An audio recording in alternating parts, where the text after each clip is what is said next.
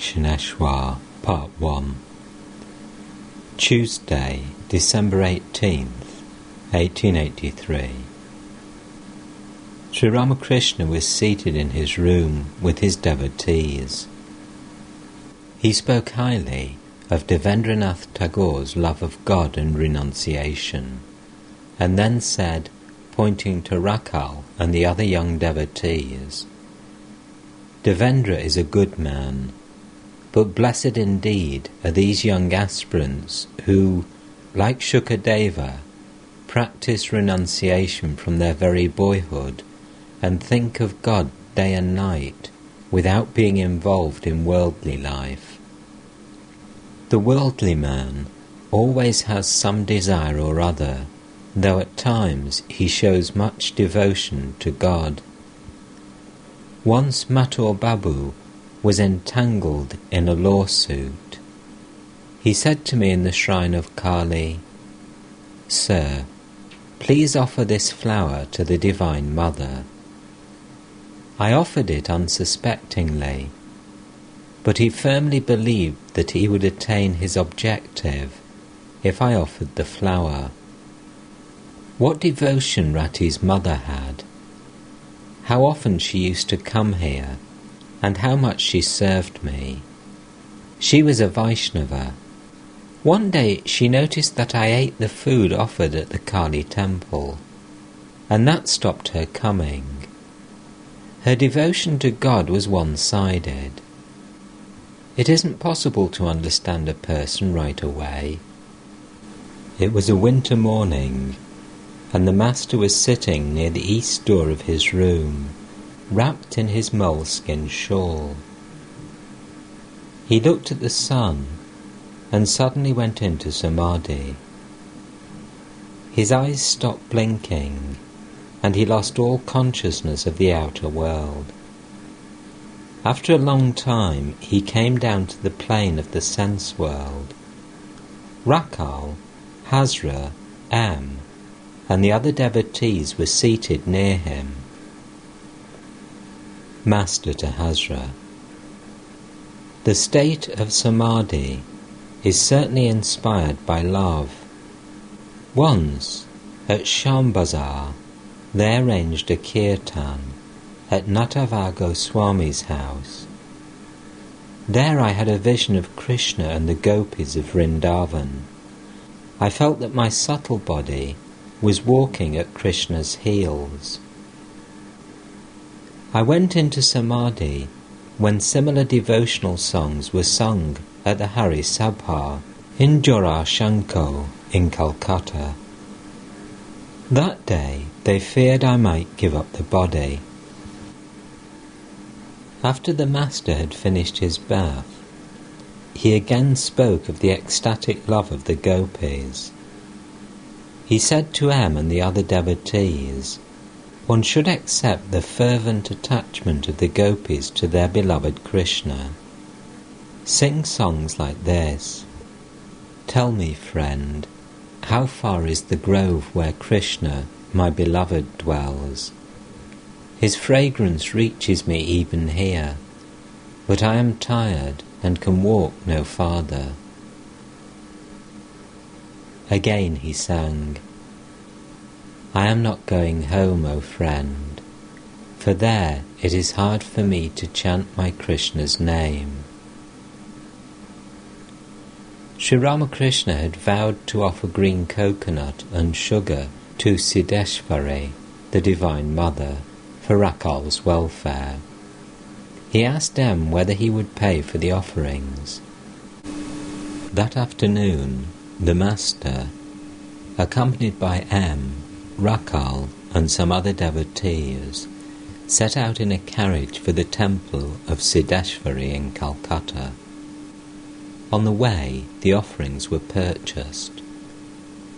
On reaching the temple, the master asked the devotees to offer the fruit and sugar to the Divine Mother.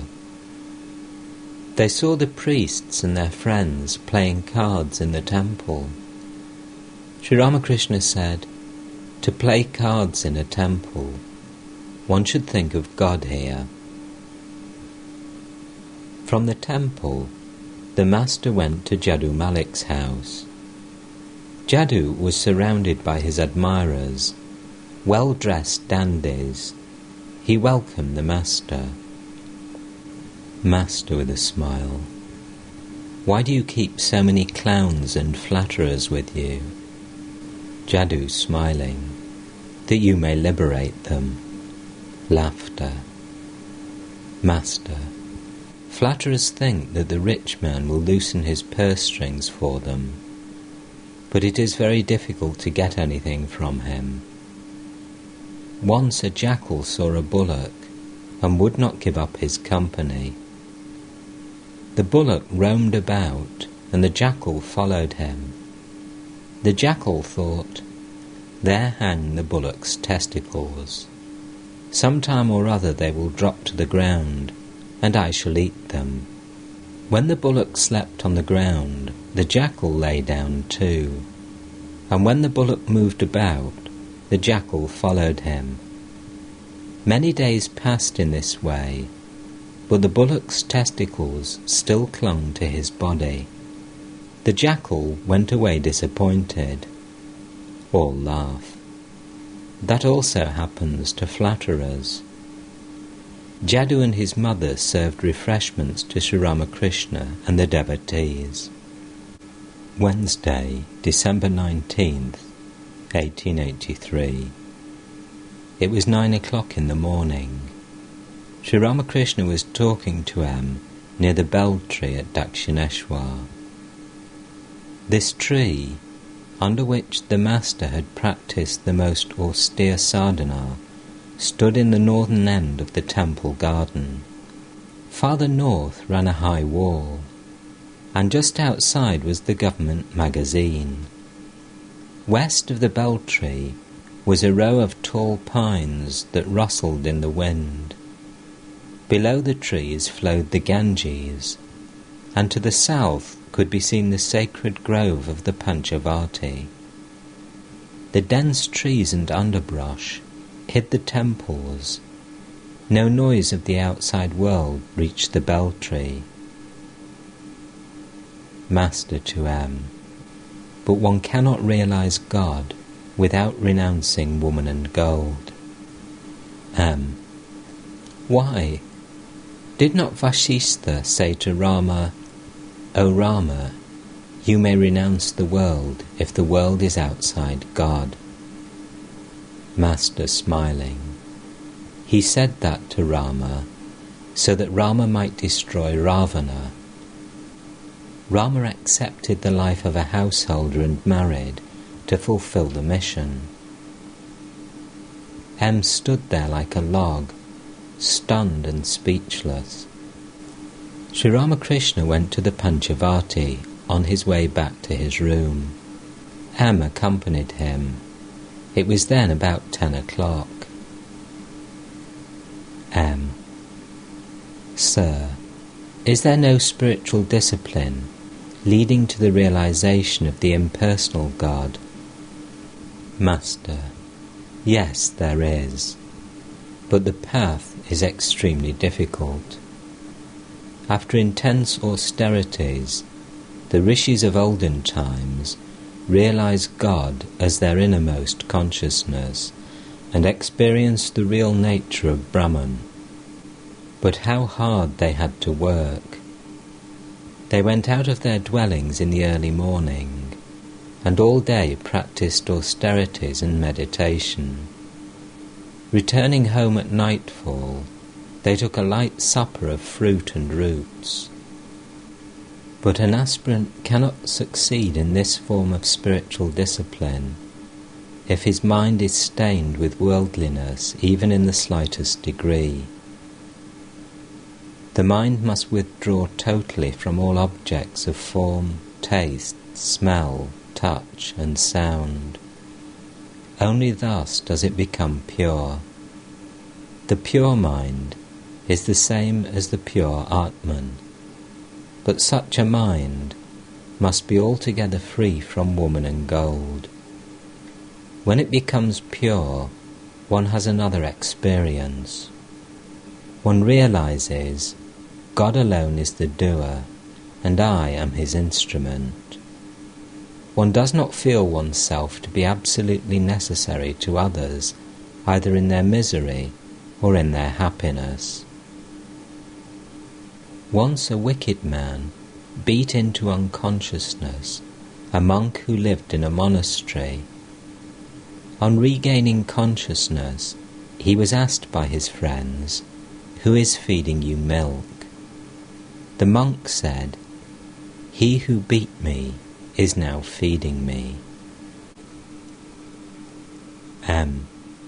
Yes, sir, I know that story. Master, it is not enough to know it. One must assimilate its meaning.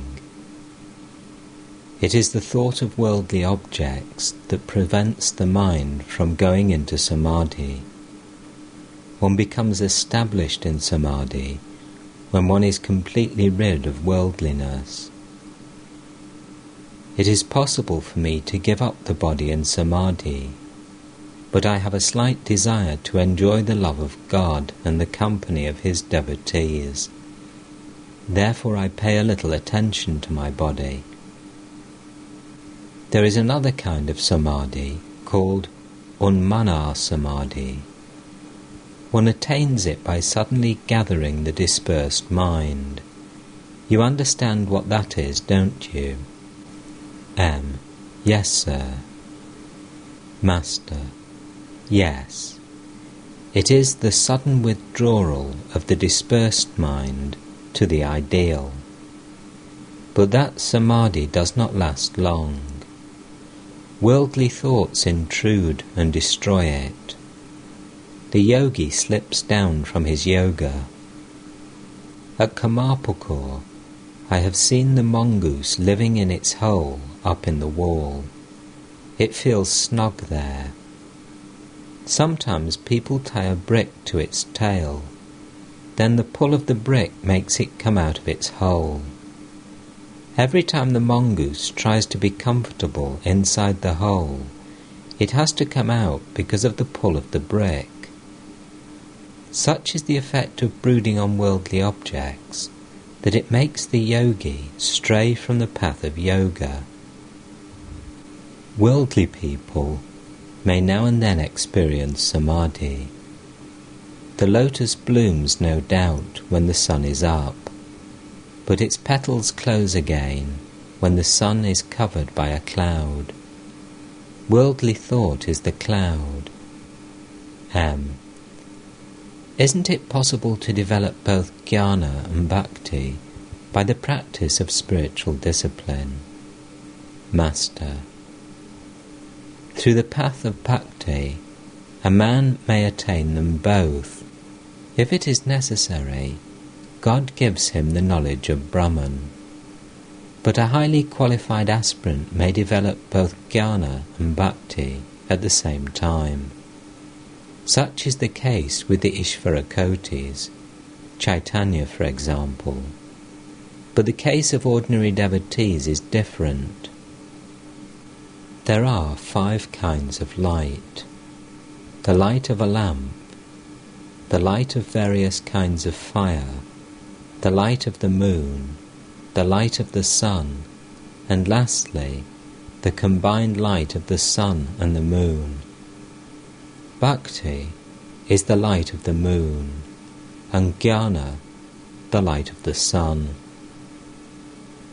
Sometimes it is seen that the sun has hardly set when the moon rises in the sky.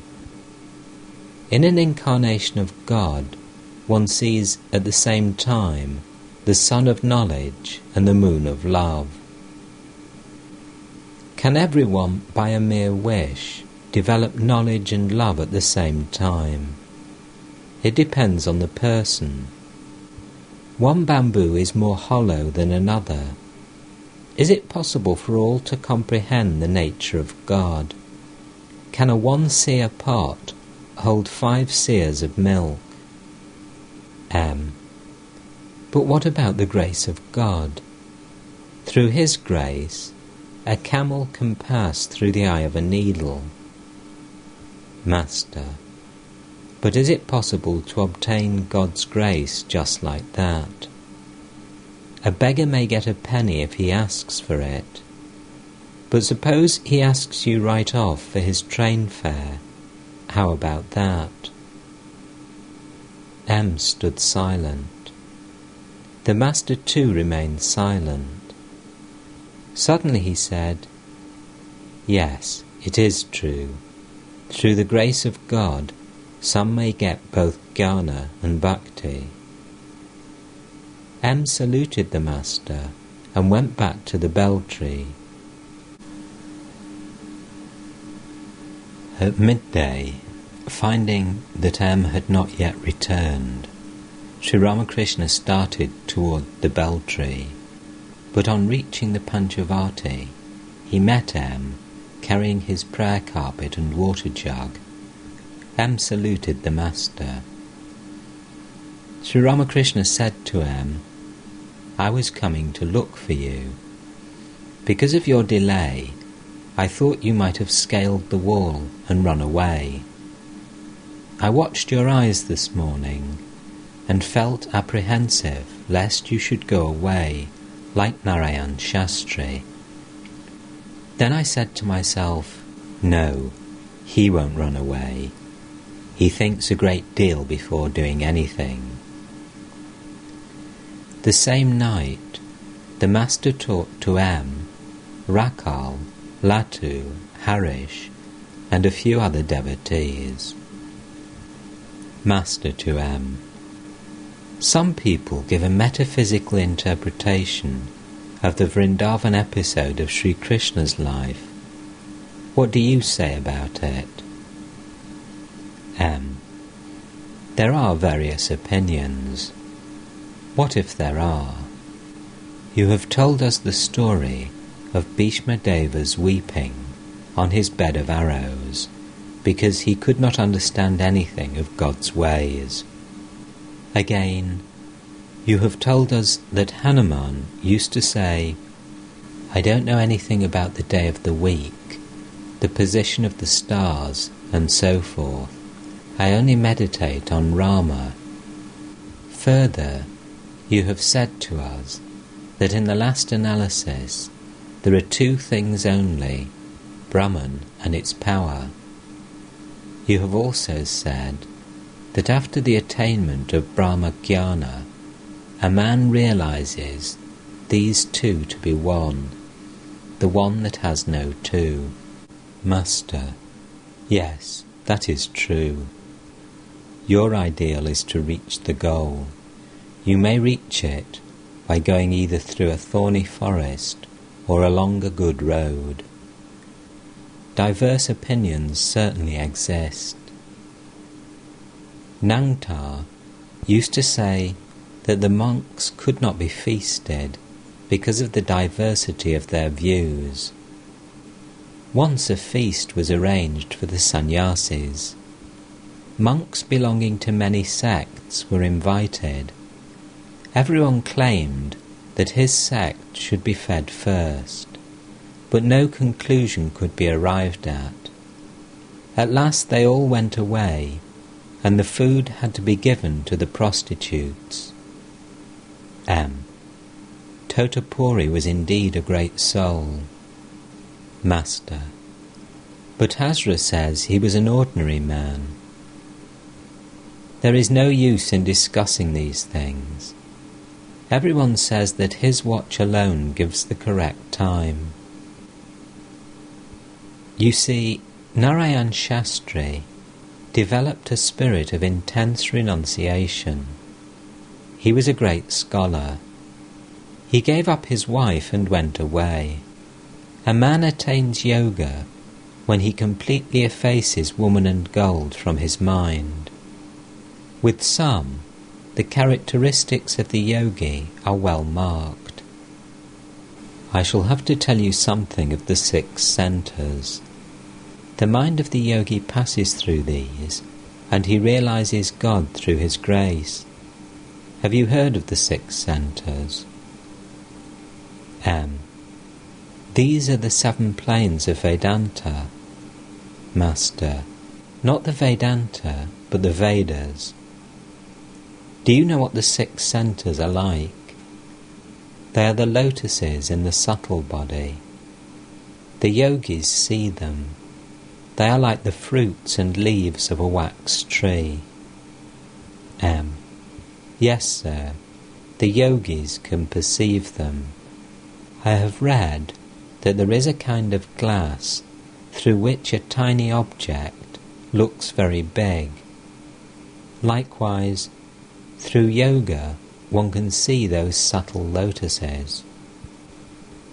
Following Sri Ramakrishna's direction, M spent the night in the hut at the Panchavarti. In the early hours of the morning, he was singing alone. I am without the least benefit of prayer and austerity, O Lord. I am the lowliest of the lowly. Make me pure with thy hallowed touch. One by one I pass my days in hope of reaching thy lotus feet, but thee, alas, I have not found.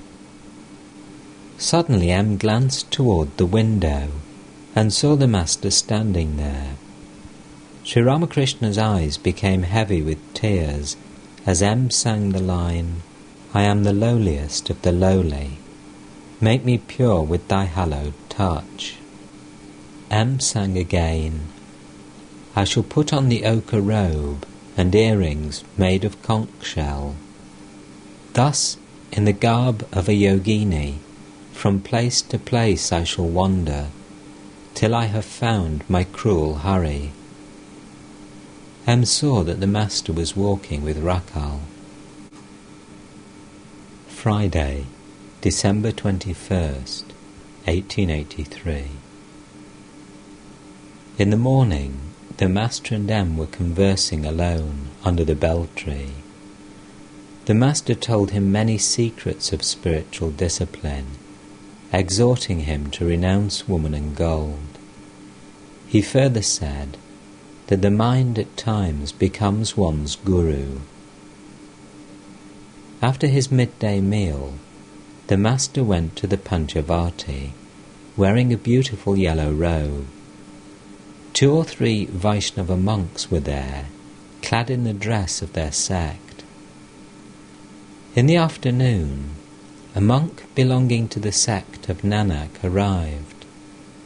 He was a worshipper of the formless God. Sri Ramakrishna asked him to meditate as well on God with form. The Master said to him, dive deep.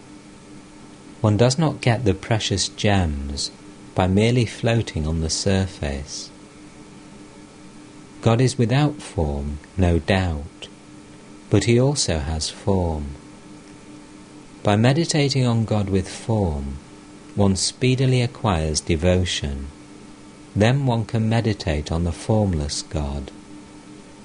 It is like throwing a letter away after learning its contents, and then setting out to follow its instructions. Saturday, December 22nd, 1883. Rakal, Harish, M and Latu had been staying with Sri Ramakrishna at Dakshineshwar. About 9 o'clock in the morning, the Master was sitting with them on the southeast veranda of his room when Balaram's father and Devendra Ghosh of Shampakor arrived. A devotee. Sir, how does one obtain love for God? Master, go forward. The King dwells beyond the 7 gates. You can see him only after passing through all the gates. At the time of the installation of Annapurna at Chanak, I said to Dwarika Babu, large fish live in the deep water of a big lake. Throw some spiced bait into the water, then the fish will come, attracted by its smell. Now and then they will make the water splash. Devotion and ecstatic love are like the spiced bait. God sports in the world as man. He incarnates himself as man, as in the case of Krishna, Rama and Chaitanya. Once I said to Keshab, the greatest manifestation of God is in man. There are small holes in the bulk of a field, where crabs and fish accumulate in the rainy season. If you want to find them, you must seek them in the holes. If you seek God, you must seek him in the incarnations. The Divine Mother of the universe manifests herself through this 3.5 cubit man.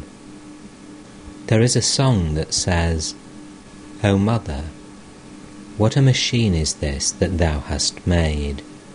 What pranks thou playest with this toy, 3.5 cubits high. One needs spiritual practice in order to know God and recognize divine incarnations. Big fish live in a large lake, but to see them, one must throw spiced bait in the water. There is butter in milk, but one must churn the milk to get it. There is oil in mustard seed, but one must press the seed to extract the oil.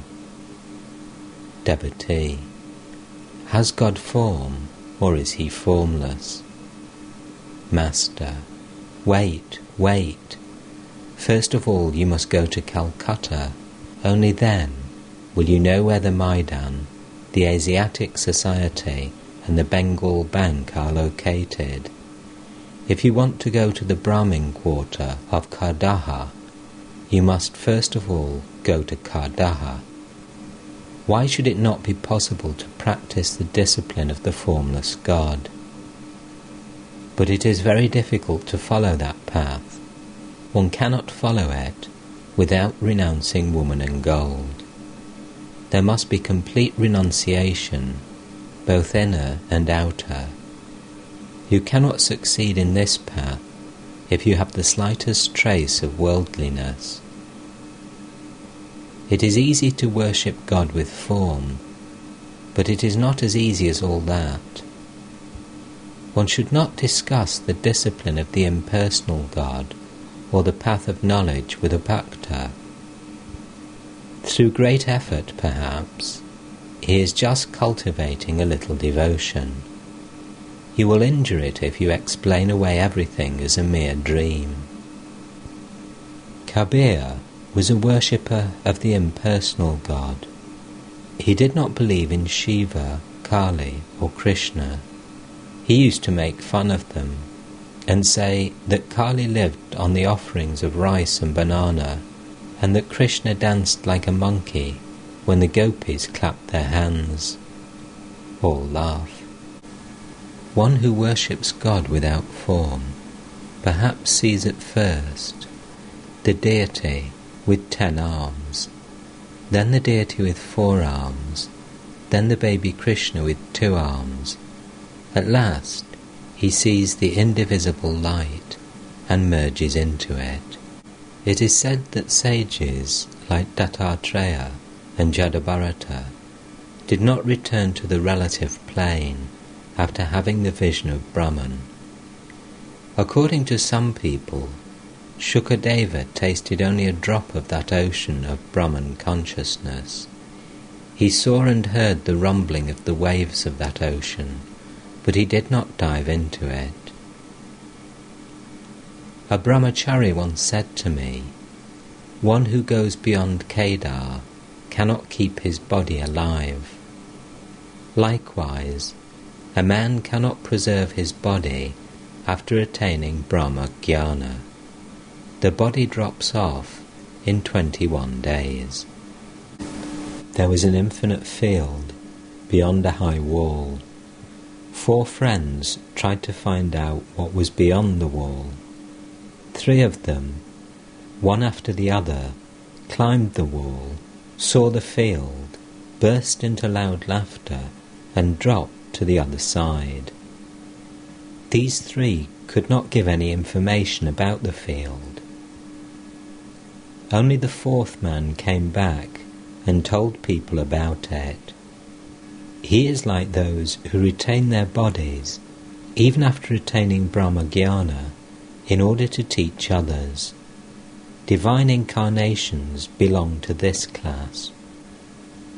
Parvati was born the daughter of King Himalaya. After her birth, she revealed to the king her various divine forms. The father said, "Well, daughter, you have shown me all these forms. That is nice. But you have another aspect, which is Brahman. Please show me that." "Father," replied Parvati, "if you seek the knowledge of Brahman, then renounce the world and live in the company of holy men." But King Himalaya insisted. Thereupon Parvati revealed her Brahman form, and immediately the king fell down unconscious. All that I have just said belongs to the realm of reasoning. Brahman alone is real and the world illusory. That is reasoning. And everything but Brahman is like a dream. But this is an extremely difficult path. To one who follows it, even the divine play in the world becomes like a dream and appears unreal. His eye also vanishes. The followers of this path do not accept the divine incarnation. It is a very difficult path. The lovers of God should not hear much of such reasoning. That is why God incarnates himself as man and teaches people the path of devotion. He exhorts people to cultivate self-surrender to God. Following the path of devotion, one realizes everything through his grace, both knowledge and supreme wisdom. God sports in this world. He is under the control of his devotee. Shama, the Divine Mother, is herself tied by the cord of the love of her devotee. Sometimes God becomes the magnet and the devotee the needle, and sometimes the devotee becomes the magnet and God the needle. The devotee attracts God to him. God is the beloved of his devotee and is under his control. According to one school, the gopis of Vrindavan, like Yashoda, had believed in the formless God in their previous births, but they did not derive any satisfaction from this belief. That is why later on they enjoyed so much bliss in the company of Sri Krishna in the Vrindavan episode of his life. One day Krishna said to the gopis, "Come along, I shall show you the abode of the Eternal. Let us go to the Jamuna for a bath." As they dived into the water of the river, they at once saw Goloka. Next, they saw the indivisible light. Thereupon Yashoda exclaimed, "O Krishna, we don't care for these things anymore. We would like to see you in your human form. I want to take you in my arms and feed you." So the greatest manifestation of God is through his incarnations. The devotee should worship and serve an incarnation of God as long as he lives in a human body. At the break of day, he disappears into the secret chamber of his house. Not all, by any means, can recognize an incarnation of God. Assuming a human body, the incarnation falls a victim to disease, grief, hunger, thirst, and all such things, like ordinary mortals. Rama wept for Sita. Brahman weeps, entrapped in the snare of the 5 elements. It is said in the Purana that God, in his incarnation as the sow, lived happily with his young ones even after the destruction of Hiranyaksha. As the sow, he nursed them and forgot all about his abode in heaven. At last, Shiva killed the sow body with his trident, and God, laughing aloud, went to his own abode. In the afternoon, Bhavanath arrived. Rakal, M, Harish, and other devotees were in the room. Master to Bhavanath: to love an incarnation of God, that is enough. Ah, what ecstatic love the gopis had for Krishna. Sri Ramakrishna began to sing, assuming the attitude of the gopis. O Krishna, you are the soul of my soul.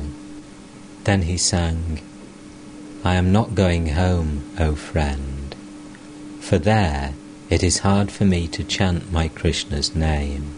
And again, O friend, that day I stood at my door as you were going to the woods. Continuing, the Master said, when Krishna suddenly disappeared in the act of dancing and playing with the gopis, they were beside themselves with grief. Looking at a tree, they said, O tree, you must be a great hermit. You must have seen Krishna. Otherwise, why do you stand there motionless, as if absorbed in samadhi? Looking at the earth, covered with green grass, they said, O earth, you must have seen Krishna. Otherwise, why does your hair stand on end? You must have enjoyed the thrill of his touch. Looking at the Madhavi creeper, they said, O Madhavi, give us back our Madhava. The gopis were intoxicated with ecstatic love for Krishna. Akrura came to Vrindavan to take Krishna and Balarama to Mathura. When they mounted the chariot, the gopis clung to the wheels. They would not let the chariot move. Saying this, Sri Ramakrishna sang, assuming the attitude of Akrura, hold not the chariot's wheels. Is it the wheels that make it move? The mover of its wheels is Krishna, by whose will the worlds are moved. Master: is it the wheels that make it move? By whose will the worlds are moved. The driver moves the chariot at his master's bidding. I feel deeply touched by these lines. Sunday, December 23rd, 1883. At 9 o'clock in the morning, Sri Ramakrishna was seated on the southwest porch of his room with Rakal, Latu, M, Harish, and some other devotees. M had now been 9 days with the Master at Dakshineshwar. Earlier in the morning, Manamohan had arrived from Kanagar on his way to Calcutta. Hazra too was present. A Vaishnava was singing. Referring to one of the songs, Sri Ramakrishna said, I didn't enjoy that song very much. The songs of earlier writers seemed to me to have more of the right spirit. Once I sang for Nangtar at the Panchavati. To arms, O man, death storms your house in battle array. I sang another, O mother, I have no one else to blame. Alas, I sink in the well these very hands have dug. Nangtar, the Vedantist, was a man of profound knowledge. The song moved him to tears, though he didn't understand its meaning.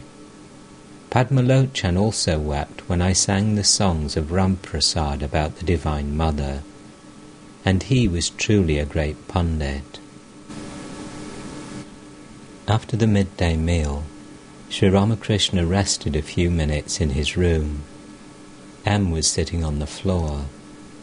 The master was delighted to hear the music that was being played in the Nahabat. Then he explained to M that Brahman alone has become the universe and all living beings. Master: referring to a certain place, someone once said to me, "Nobody sings the name of God there. It has no holy atmosphere." No sooner did he say this than I perceived that it was God alone who had become all living beings. They appeared as countless bubbles or reflections in the ocean of Satchidananda. Again, I find sometimes that living beings are like so many pills made of indivisible consciousness. Once I was on my way to Burdwan from Kamarpukur. At one place I ran to the meadow to see how living beings are sustained. I saw ants crawling there. It appeared to me that every place was filled with consciousness. Hazra entered the room and sat on the floor. Master: again, I perceived that living beings are like different flowers with various layers of petals. They are also revealed to me as bubbles, some big, some small. While describing in this way the vision of different divine forms, the Master went into an ecstatic state and said, "I have become, I am here." Uttering these words, he went into samadhi. His body was motionless. He remained in that state a long time, and then gradually regained partial consciousness of the world. He began to laugh like a boy and paced the room. His eyes radiated bliss, as if he had seen a wondrous vision. His gaze was not fixed on any particular object, and his face beamed with joy. Still pacing the room, the Master said, "I saw the Paramahamsa who stayed under the banyan tree, walking thus, with just such a smile. Am I too in that state of mind?" He sat on the small couch and engaged in conversation with the Divine Mother. Master: I don't even care to know. Mother, may I have pure love for thy lotus feet? To M: one attains this state immediately after freeing oneself of all grief and desire. To the Divine Mother: Mother, thou hast done away with my worship.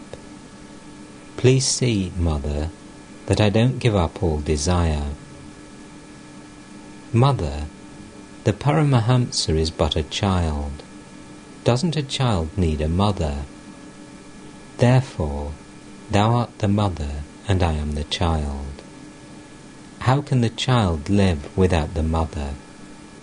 Sri Ramakrishna was talking to the Divine Mother in a voice that would have melted even stone. Again he addressed her, saying, "Mere knowledge of Advaita, I spit on it. Thou dost exist as long as thou dost keep the ego in me. The Paramahamsa is but a child. Doesn't a child need a mother?" M sat there speechless and looked at the divine manifestation in the Master. He said to himself, "The Master is an ocean of mercy that knows no motive.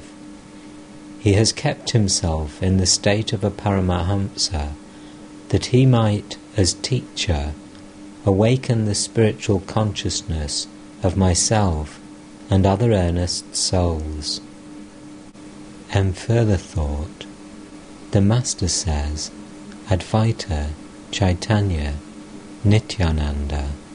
That is to say, through the knowledge of the non-dual Brahman, one attains consciousness and enjoys eternal bliss.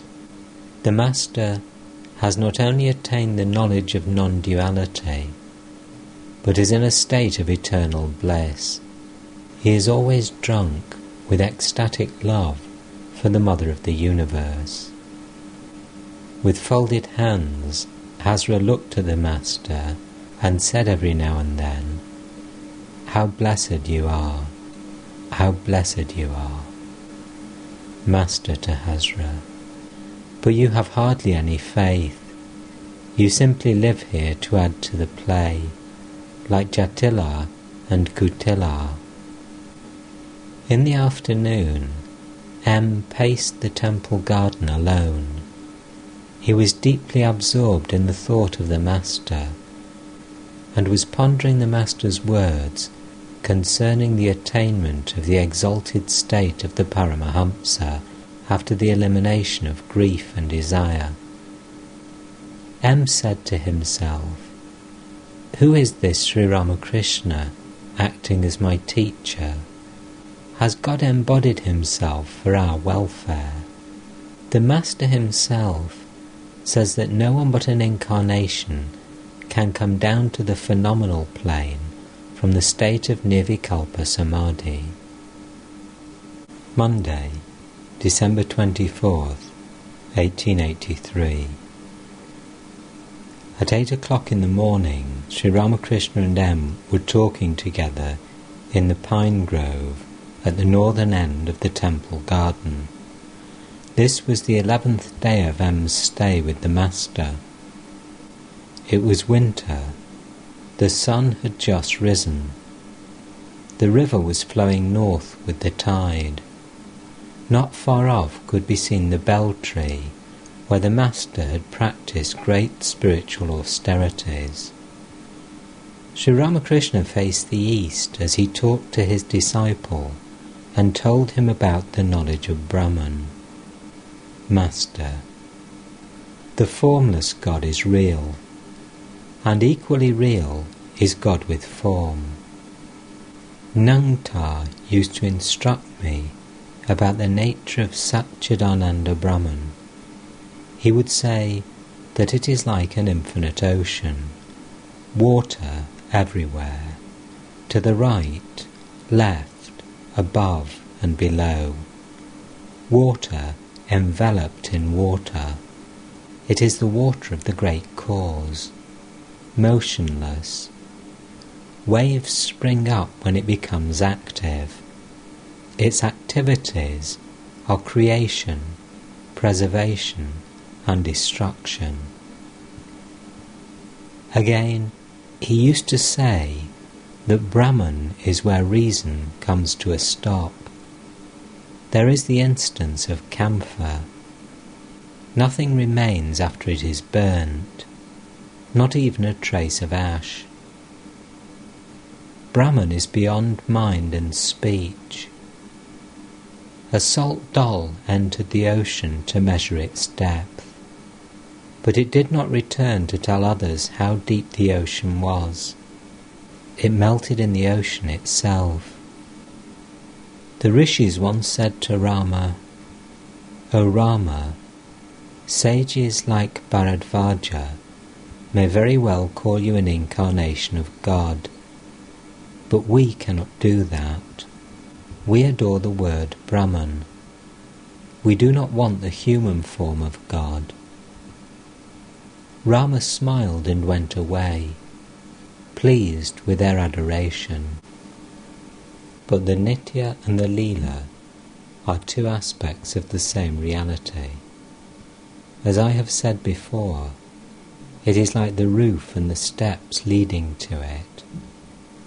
The Absolute plays in many ways, as Ishvara, as the gods, as man, and as the universe. The incarnation is the play of the Absolute as man. Do you know how the Absolute plays as man? It is like the rushing down of water from a big roof through a pipe. The power of Satchidananda, nay, Satchidananda itself, descends through the conduit of a human form as water descends through the pipe. Only the 12 sages, Bharadvaja and the others recognized Rama as an incarnation of God. Not everyone can recognize an incarnation. It is God alone who incarnates himself as man to teach people the ways of love and knowledge. Well, what do you think of me? Once my father went to Gaya. There Raghavir said to him in a dream, "I shall be born as your son." Thereupon my father said to him, "O Lord, I am a poor Brahmin. How shall I be able to serve you?" "Don't worry about it," Raghavir replied. "It will be taken care of." My sister, Hriday's mother, used to worship my feet with flowers and sandal paste. One day I placed my foot on her head and said to her, "You will die in Benares." Once, Mathur Babu said to me, "Father, there is nothing inside you but God. Your body is like an empty shell. It may look from outside like a pumpkin, but inside there is nothing, neither flesh nor seed. Once I saw you as someone moving with a veil on." 2M. I'm shown everything beforehand. Once I saw Gauranga and his devotees singing kirtan in the Panchavati. I think I saw Balaram there, and you too. I wanted to know the experiences of Gauranga, and was shown them at Shambazar in our native district. A crowd gathered. They even climbed the trees and the walls. They stayed with me day and night. For 7 days I had no privacy whatever. Thereupon I said to the Divine Mother, "Mother, I have had enough of it. I am at peace now. I shall have to be born once more. Therefore, I am not giving all knowledge to my companions." With a smile. "Suppose I give you all knowledge. Will you then come to me again so willingly? I recognized you on hearing you read the Chaitanya Bhagavat. You are my own, the same substance, like father and son. All of you are coming here again. When you pull one part of the Kalmi creeper, all the branches come toward you. You are all relatives, like brothers. Suppose Rakal, Harish and the others had gone to Puri, and you were there too. Would you live separately? Before you came here, you didn't know who you were. Now you will know. It is God who, as the Guru, makes one know. Nangtar told the story of the tigress and the herd of goats. Once a tigress attacked a herd of goats. A hunter saw her from a distance and killed her. The tigress was pregnant and gave birth to a cub as she expired. The cub began to grow in the company of the goats. At first it was nursed by the she-goats, and later on, as it grew bigger, it began to eat grass and bleat like the goats.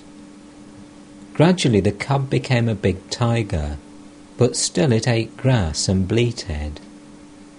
When attacked by other animals, it would run away like the goats. One day, a fierce-looking tiger attacked the herd. It was amazed to see a tiger in the herd, eating grass and running away with the goats at its approach. It left the goats and caught hold of the grass-eating tiger, which began to bleat and tried to run away. But the fierce tiger dragged it to the water and said, Now look at your face in the water. You see, you have the pot face of a tiger. It is exactly like mine. Next it pressed a piece of meat into its mouth. At first the grass-eating tiger refused to eat the meat.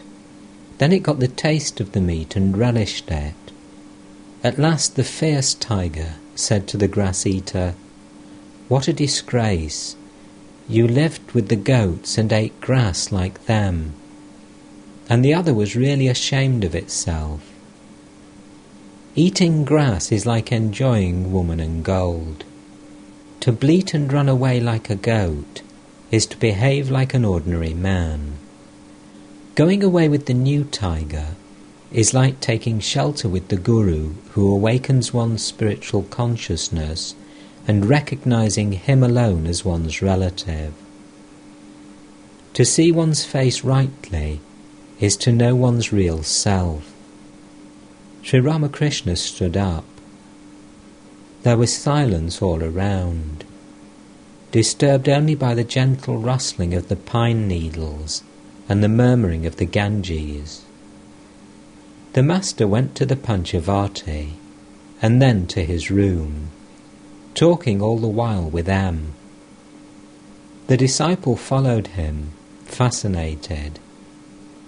At the Panchavarti, Sri Ramakrishna touched with his forehead the raised platform around the banyan tree. This was the place of his intense spiritual discipline, where he had wept bitterly for the vision of the Divine Mother, where he had held intimate communion with her, and where he had seen many divine forms. The Master and M passed the cluster of bakul trees and came to the Nahabat. Hazra was there. The Master said to him, "Don't eat too much, and give up this craze for outer cleanliness. People with a craze do not attain knowledge. Follow conventions only as much as necessary. Don't go to excess." The Master entered his room and sat on the couch. Sri Ramakrishna was resting after his midday meal when Surendra, Ram, and other devotees arrived from Calcutta. It was about 1 o'clock. While M was strolling alone under the pine trees, Harish came there and told him that the Master wanted him in his room. Someone was going to read from the Shiva Samhita, a book containing instructions about yoga and the 6 centres. M entered the room and saluted the Master. The devotees were seated on the floor, but no one was reading the book. Sri Ramakrishna was talking to the devotees. Master, the gopis cherished ecstatic love for Krishna. There are 2 elements in such love, I-ness and my-ness. I-ness is the feeling that Krishna will be ill if I do not serve him. In this attitude, the devotee does not look upon his ideal as God. My-ness is to feel that the beloved is my own. The gopis had such a feeling of my-ness toward Krishna that they would place their subtle bodies under his feet, lest his soul should get hurt. Yashoda remarked, "I don't understand your Chintamani Krishna. To me, he is simply Gopala." The gopis also said, "Oh, where is Krishna, our beloved? Where is Krishna, our sweetheart?" They were not conscious of his being God. It is like a small child saying, "My daddy." If someone says to the child, "No, he is not your daddy," the child says, "Yes, he is my daddy." God incarnating himself as man behaves exactly like a man. That is why it is difficult to recognize an incarnation. When God becomes man, He is exactly like man. He has the same hunger, thirst, disease, grief, and sometimes even fear. Rama was stricken with grief for Sita. Krishna carried on his head the shoes and wooden stool of his father Nanda. In the theatre, when an actor comes on the stage in the role of a holy man, he behaves like one, and not like the actor who is taking the part of the king. He plays his own role. Once an impersonator dressed himself as a world-renouncing monk. Pleased with the correctness of his disguise, some rich people offered him a rupee. He did not accept the money, but went away shaking his head. Afterwards, he removed his disguise and appeared in his usual dress. Then he said to the rich people, "Please give me the rupee." They replied, "Why? You went away refusing our present. Why do you ask for it now?" The man said, "But then I was in the role of a holy man. I could not accept money. Likewise, when God becomes man, he behaves exactly like a man." At Vrindavan, one sees many places associated with Krishna's life. Surendra. We were there during the holidays. Visitors were continually pestered for money. The priests and others asked for it continually. We told them that we were going to leave for Calcutta the next day, but we fled from Vrindavan that very night. Master. What is that? Shame. You said you would leave the place the next day and ran away that very day. What a shame. Surendra, embarrassed. Here and there we saw the Babajis in the woods, practicing spiritual discipline in solitude. Master. Did you give them anything? Surendra. No, sir. Master. That was not proper of you. One should give something to monks and devotees. Those who have the means should help such persons when they meet them. I went to Vrindavan with Mathur Babu. The moment I came to the Dhruva Ghat at Mathura, in a flash I saw Vasudeva crossing the Jamuna with Krishna in his arms. One evening I was taking a stroll on the beach of the river. There were small thatched huts on the beach and big plum trees. It was the cow dust hour. The cows were returning from the pasture, raising dust with their hooves. I saw them fording the river. Then came some cowherd boys, crossing the river with their cows. No sooner did I behold this scene than I cried out, "O Krishna, where are you?" and became unconscious.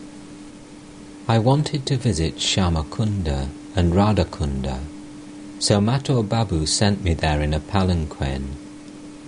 We had a long way to go. Food was put in the palanquin. While going over the meadow, I was overpowered with emotion and wept. "O Krishna, I find everything the same, only you are not here. This is the very meadow where you tended the cows." Hridai followed me on foot. I was bathed in tears. I couldn't ask the bearers to stop the palanquin. At Shyamakunda and Radhakunda, I saw the holy men living in small mud huts, facing away from the road, lest their eyes should fall on men. They were engaged in spiritual discipline. One should visit the 12 Grove. I went into Samadhi at the sight of the image of Banko Vihari. In that state I wanted to touch it. I did not want to visit Govindaji twice. At Mathura, I dreamt of Krishna as a cowherd boy. Hridaya Mathur Babu had the same dream. To Surendra, you have both, yoga and bhoga. There are different classes of sages, the Brahmarshi, the Devarshi and the Rajarshi. Shukadeva is an example of the Brahmarshi. He did not keep even one book with him. An example of the Devarshi is Narada. Janaka was a Rajarshi, devoted to selfless work. The devotee of the Divine Mother attains dharma and moksha. He enjoys artha and karma as well. Once I saw you in a vision as a child of the Divine Mother. You have both, yoga and bhoga. Otherwise your countenance would look dry. The man who renounces all looks dry. Once I saw a devotee of the Divine Mother at the bathing ghat on the Ganges. He was eating his meal and at the same time worshipping the Mother. He looked on himself as the Mother's child. But it isn't good to have much money. I find that Jadu Malik is drowned in worldliness. It is because he has too much money. Nabin Niyogi too has both yoga and bhoga. I saw him and his son waving the fan before the image of the Divine Mother at the time of the Durga Puja. Surendra, Sir, why can't I meditate? Master, you remember God and think of Him, don't you? Surendra, yes, sir. I go to sleep repeating the word Mother.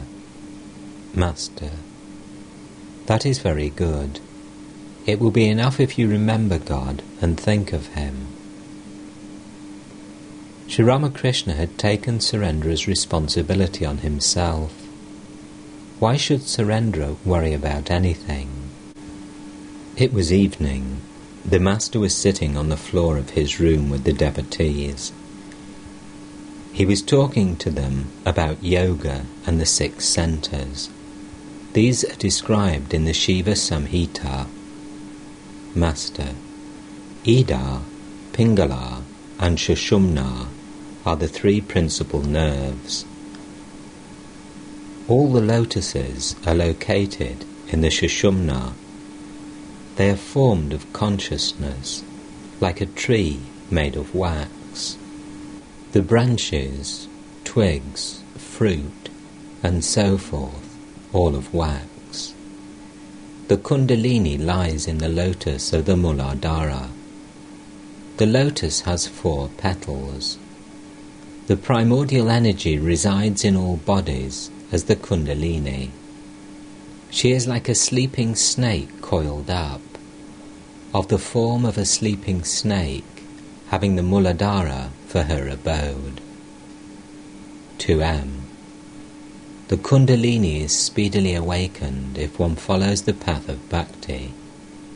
God cannot be seen unless she is awakened. Sing earnestly and secretly in solitude.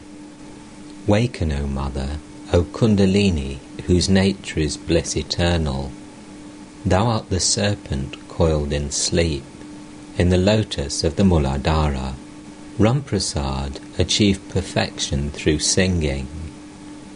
One obtains the vision of God if one sings with a yearning heart. M. Grief and distress of mind disappear if one has these experiences but once. Master, that is true. Distress of mind disappears forever. I shall tell you a few things about yoga.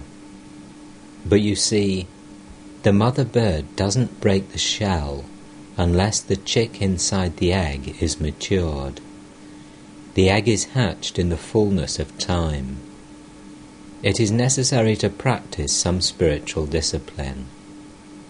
The guru, no doubt, does everything for the disciple, but at the end, he makes the disciple work a little himself. When cutting down a big tree, A man cuts almost through the trunk. Then he stands aside for a moment, and the tree falls down with a crash. The farmer brings water to his field through a canal from the river. He stands aside when only a little digging remains to be done to connect the field with the water.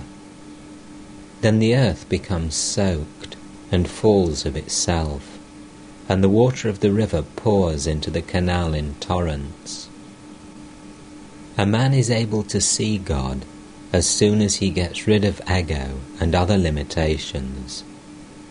He sees God as soon as he is free from such feelings as I am a scholar, I am the son of such and such a person, I am wealthy, I am honourable, and so forth. God alone is real, and all else unreal. The world is illusory. That is discrimination. One cannot assimilate spiritual instruction without discrimination. Through the practice of spiritual discipline, one attains perfection by the grace of God. But one must also labour a little. Then one sees God and enjoys bliss. If a man hears that a jar filled with gold is buried at a certain place, he rushes there and begins to dig. He sweats as he goes on digging. After much digging, he feels the spade strike something. Then he throws away the spade and looks for the jar. At the sight of the jar, he dances for joy. Then he takes up the jar and pours out the gold coins. He takes them into his hand, counts them, and feels the ecstasy of joy. Vision, touch, enjoyment. Isn't it so? M. Yes, sir. The master was silent a moment, and then went on. Master, those who are my own will come here, even if I scold them. Look at Narendra's nature. At first, he used to abuse my mother Kali very much. One day I said to him sharply, "Rascal, don't come here any more." He slowly left the room and prepared a smoke. He who is one's own will not be angry even if scolded. What do you say? M. That is true, sir. Master, Narendra is perfect from his very birth. He is devoted to the ideal of the formless God. M. Smiling. Whenever he comes here, he brings along great excitement. Sri Ramakrishna smiled and said, "Yes, excitement indeed." The following day was Tuesday, the Ekadashi day of the lunar fortnight. It was 11 o'clock in the morning, and the master had not yet taken his meal. M. Rakal and the other devotees were sitting in the master's room. Master to M. One should fast on the 11th day of the lunar fortnight. That purifies the mind and helps one to develop love of God. Isn't that so? M. Yes, sir. Master, but you may take milk and puffed rice. Don't you think so?